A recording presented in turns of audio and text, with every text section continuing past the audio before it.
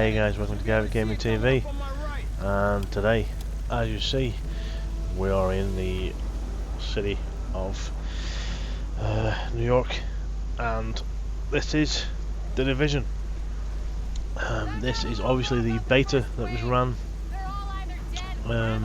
for 3 days, and extended to a fourth due to the, how can I put this, clusterfuck Ubisoft had at sending keys out. I was one of the ones that was caught up in this. I pre-ordered the game about 4 days before the beta was due. Didn't receive a beta key. Waited and waited and waited. Put on the forums multiple times. Included even did a ticket to customer service.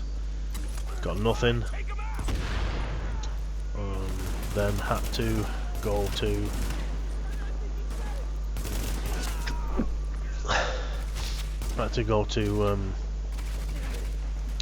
Twitter and bug them, Ubisoft UK and normal Ubisoft, to try and get a ticket, and eventually I got the beta key 24 hours late, but I got one. So, well, in fact it was more than that, it was nearly 48 hours, it was on near the end of the second day I got a beta key. So they did extend it by 24 hours, which to me was a must. If they didn't, they'd have been in so much shit. But you know, how they cock up sending out beta keys, I have no fucking clue. But anyways, back to the review. So, The Division. Is this the PC's version of Destiny? Is it gonna be the key to having fun, instead of having to get a console to play something like this? I've done all the content possible on the beta, which wasn't a lot, and it does have me a little worried, to be honest. The main missions can be repeated from what I've seen. Side missions though, that you get off the boards and from talking to people, don't think they can be repeated. So once they're done, they're done. Whether the stuff that goes on the boards or not will be a daily occurrence, I don't know. Hopefully they may get like a rotation of 3 or 4 different types of quests on there, or it'll be the same missions over and over again. Either way, they need to do something that's going to keep you going. In the main hubs, you're with other people. As soon as you enter the world, instance on your own or with friends. The Dark Zone, which I'll talk about later on, is obviously got other players in it, and I'll talk about my worries and stuff about that later on from what I've seen of the Dark Zone. So, options wise, the game has loads of options. It's optimised for PC. Does not like Crossfire at the minute, probably SLI either. The website and forums on the game say, oh yes, we're going to be Crossfire ready, blah blah blah blah blah, 3 screens, 4K, all that crap. Beta did not run Crossfire. It glitched out something chronic. The guys had no faces on, all I could see was eyeballs and teeth. The background was stretched and destroyed. It was an absolute mess, so I had to turn the card off to actually play it. So that optimization needs to be fixed by the 8th of March, otherwise they're talking out their arse again on the website for how it runs. When I turned the card off, the game ran great. I had it on ultra settings, everything on top docs, everything max, and it ran great. You know, I had no problem. Never crashed once on me or anything like that. So it seems to run around on one card. Never had it to 3 screens though. I wouldn't mind trying that just for a laugh to see what it's like. But no, it ran fine. So graphics wise, beautiful looking game. The effects and that are gorgeous. The snowstorms and stuff, it's really, really heavy. Could hardly see anything, it was great. So options and graphics are pretty good. Everything's, all the keys are rebindable and things like that. Now, gameplay. The shooting felt okay. it didn't seem as sensitive on small movements as I would like it. It was a little bit, clicky as it was on the grid. So I think I might need to play with the in-game settings to sort that out. But bar that, it was fun. I don't usually like games that have the enemy with like hit bars and hit points. Really annoys me. That's why I can't really get into Fallout, because of the hit bars on the characters. I'm so used to normal FPS games where headshots are kill and blah blah blah. But this one doesn't. The Division doesn't do it too badly. It's not like a massive hit bar for a normal guy. If you hit him in the head, it makes no sense of difference. This one, if you hit him in the head, then they're either instant dead or massive amounts of damage, which I quite like. So it's got a nice feel to how the enemy is at the minute. The enemy combatants have quite a nice feel to them. They die fairly quick. The higher level ones are a little bit harder when they've got armor and stuff on. It's really good. So I quite like the feel of the combat so far. Missions, fun, varied. Give good stories and stuff like that to it. The actual story of the game's pretty good. Didn't try it with any friends, because I actually didn't know anybody else who had the beta. But I do know of quite a few that are coming to the game whenever it comes out. So I'm hopefully going to stream and do some YouTube videos on that then. But yeah, the game's fairly good so far. The controlling of the character, the running and stuff like that is really nice. When you're jumping over obstacles and things like that, it feels really fluid. When you just run up to it, jump over it, or you sprint and jump, there's a different animation for each one. Feels really good. There's not much pausing. When you're sprinting and jump over an object, it doesn't like stop, change animation and jump over it. It actually seems to jump over it quite fluidly, which I like. Climbing on objects, running around. The cover system's quite nice. I particularly like how you can spot another bit of cover, hold down the space bar, and you like to move to that bit of cover, whether it's at a distance or not. I quite like that. When you're walking up to a corner, a little arrow comes and shows you that you're going to go around that corner. So yeah, the movement and the cover system is actually really well done in the game. Going up and down ladders, sliding down them and stuff. Yeah, very well done. And if you're behind cover and the NPCs don't see you move, they'll keep firing at where you were. So that's pretty cool. Weapons wise, varied. Lots of real world weaponry in there. Obviously they have their own stats. You can modify the weapons, put forward grips on, laser sights, hollow sights, telescopic sights, all the different types of scopes and things that you can put on. You can change the weapons colour schemes, you can change the type of mag that it has in there, put silencers on, all that. And this goes for most of the weapons as well, so that's pretty cool. And there's quite a lot of weapons in there that I've seen so far in the beta. Gear wise, same sort of thing. Got lots of gear you can choose from. Obviously I'll have stats on.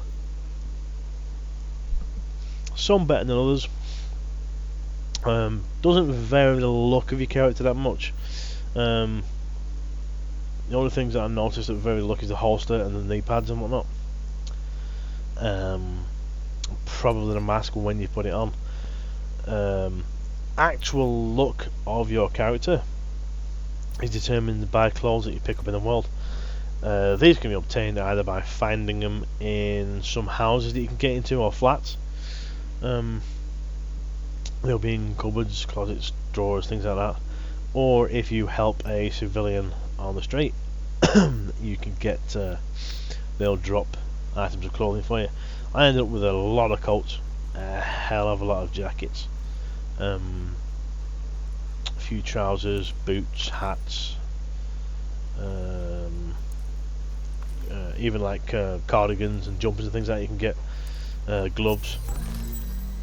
So it is pretty cool. Actually no, gloves are not cosmetic. So it is pretty cool, you can do stuff like that. and you can get a decent combo of gear, which is pretty cool. So overall, main aspect of the game, good. The story looks interesting. I'll enjoy playing it either by myself or with a group. If you're with a group, obviously you can pick the difficulty of some of the quests, you know, the big missions.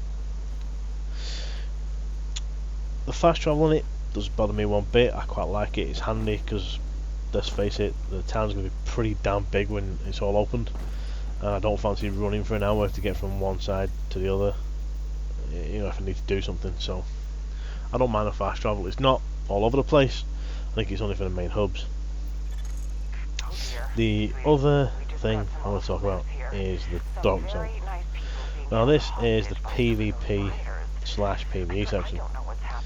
You're supposed to go in there, kill like elite mobs and things like that. Gets you really cool gear. Once you have the gear, you can kill a few more mobs, you know, especially with a group of you. And it needs to be in a group, to be honest, otherwise you're just going to get trounced. And then you can go to an extraction site and extract it. Once you drop the flare and call in the helicopter to extract, NPCs will attack and you have to defend it. Now, players can also attack you. They become rogue, they get all your gear, whatnot, blah blah blah blah. Now, I went in there, and to be honest, there's not a lot of people going rogue, which is pretty cool. Everybody's in there trying to get the loot, you know, killing the mobs, helping each other out at some of the extraction points, because you do get quite a few mobs coming at you, and some of them are fairly difficult. But the thing that worries me is, I ran around the Dark Zone for half an hour, 3/4 of an hour the other night, saw nothing. The only NPCs I saw were an extraction point, and two dudes down the alleyway. That was it. Didn't see any elites or nothing. See them on the map, but they're there for maybe fucking 10 seconds, 20 seconds, then they're gone. So I haven't seen any yet. Now whether these guys spawn in the same place every time and they're just getting camped, I don't know. If that's the case, that needs to change. Having them spawn in the same spot all the time is just going to lead to people camping it, and it'll be complete shit, waste of time going into the Dark Zone. So there needs to be more dynamic spawn points, there needs to be more stuff spawning in there. I was running around, hardly saw any NPCs, saw a few players, and any NPCs. So Dark Zone needs to be more populated with stuff that you could do. It needs to be more MMO style, you know, PvE and PvP in the same place, to give you a reason to go in there. Yes, the gear's good that you get out of there, but if you can't find any fecker to kill to get the gear off, what's the point? And PvP gets boring after a while. So they need to up the Dark Zone.